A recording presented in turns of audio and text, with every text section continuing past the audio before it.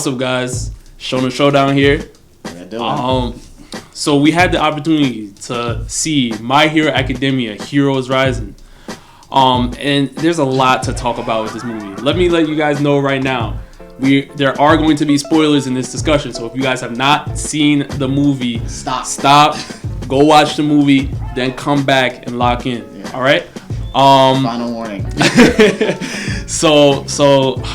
Man, there's a lot to unpack here. First off, I just want to talk about my biggest issue with the movie because I loved it all around. Animation was beautiful. Bakugo was clearly the MVP of the film by far. There's no debate here. We'll get to him later on.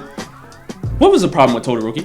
I mean, is it just me or was Todoroki lackluster in the film? I mean, Todoroki got little to no screen time. Reduced to a support character.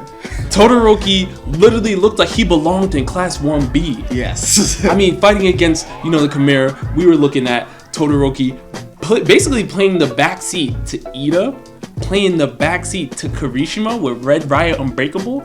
Even Froppy was looking more formidable than Todoroki. What was going on? I wanted to see a lot more from Todoroki. That was a very big disappointment.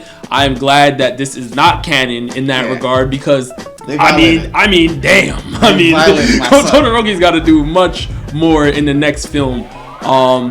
But what are your thoughts? My thoughts, like we said, the movie was definitely well done. I enjoyed it from beginning to end. Todoroki was definitely the biggest disappointment. Absolutely. But I think we need to go and talk about MVP Bakugo. MVP Bakugo. We saw this man pulling out all the stops. Oh my! From beginning to end, God. I was like, this man Bakugo might be the next number one hero here. Listen, man. Craziness. Listen. Craziness. Everything that Bakugo was doing in that film was amazing. Crisp. Simply amazing. Yeah. When you're talking about hand-to-hand combat against Nine, he outplayed Midoriya. When you're talking about explosions and the ability to exercise his quirk, he outplayed Midoriya. Not even close. When you're talking about Bakugo making quick thinking decisions in battle, he outplayed Midoriya. Even in his mini fight against Mummy, he's like, you know what? I don't even need his gauntlets. Like, boom, and then just blasted this man to another dimension. I mean, what is there really to talk about? As a counter to Bakugo. Bakugo was looking like the second coming of All Might and Endeavor fused and having a child or something. Yes. I mean, Bakugo was just looking ridiculous. There was nothing you could really do to stop him. And it was even to the point where Midoriya realized, you know what? Bakugo is that man. Yeah. So let me give him a little gift. Let me give him a little gift. Yeah. And I mean, Bakugo used the One for All quirk as if he had it as long as Midoriya's had it. Exactly. If not even longer. I mean, damn. Yeah, that was Bakugo is that guy for this film right now. Yes. It was all about Bakugo. Definitely loved it because I would like to see some more Bakugo in the anime right now. Because 100%. In the anime right now, I'm gonna tell you, I still think Midoriya holds a spot for me over Bakugo. Yes. But in this film, I like how they did a nice little nod to Bakugo. Definitely slept on Todoroki. Yes. Definitely. Todoroki was basically just non-existent in the movie. Yeah, he was definitely non-existent. Night Shadow. Can we talk about Tokiyami? Can we talk about Tokiyami? Yo, we couldn't forget about my man. Listen, oh my gosh. Listen, Dark Shadow, the man himself, played in his proper spot because when we're talking about combinations and strategizing, they exercised that so well throughout this film. I mean, everybody was in the spot. Yeah. Mineta was showing out. He was throwing, you know what I mean? Sticky balls, trying to trap Nine and things. Yeah. But when we're talking about Tokiyami went right into the dark cavern.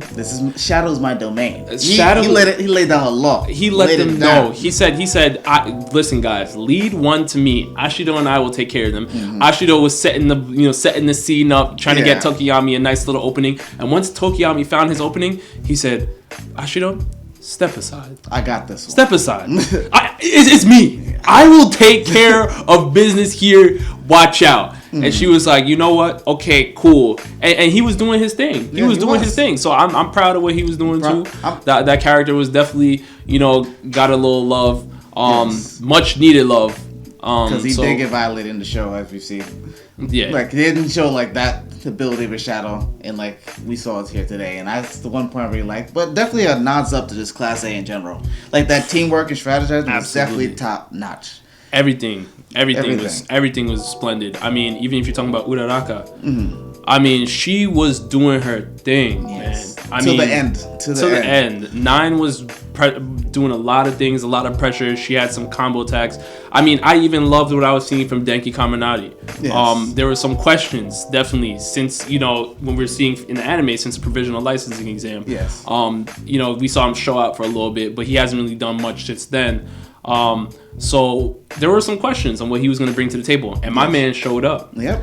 He was a big help. Yeah. Listen, if it weren't for Denki Kaminari's positioning, Bakugo and Midoriya would have been done by 9's Thunderbolt immediately at that point. I mean, 9 was basically a walking all for one. Yeah, he was a baby all for one. Yeah. Let's just call it for what it is. Yes. So I mean, planted by Shigaraki. So, you know, this is no small feat for Class 1A, and they got the job done. They did a lot of big things in that movie. So I was impressed. I was impressed. I definitely enjoyed it from beginning to end. And Class A, they definitely showed out and showed like they're ready to be next heroes of the next generation. Listen, I just want to make sure I see another duo on the level of Midoriya and Bakugo in that film within the canon, and let it happen. We need Studio Bones, you know what I mean? Listen, we're not talking no manga spoilers, just movie spoilers right now. But if anything like that is going down, I would love to see a nice Midoriya and Bakugo, you know, duo fighting, because that was just beautiful, man. I mean, animation was crazy. Fighting was just crazy. Power levels were just absolutely out of this world. Yes. You know, and just to wrap it all up at the end, you know, All Might coming in, looking at both of them, saying, you know what, you guys are actually elite. This was something where I didn't know if you guys were necessarily ready for it, and you guys got it done.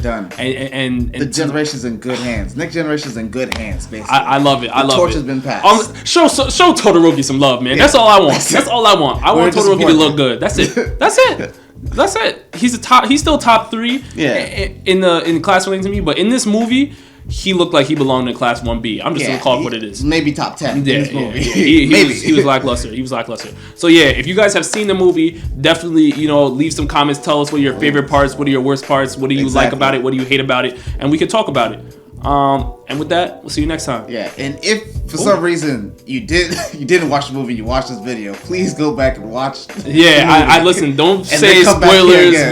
We told you guys already. So we'll see you guys. We'll see you next time. Peace.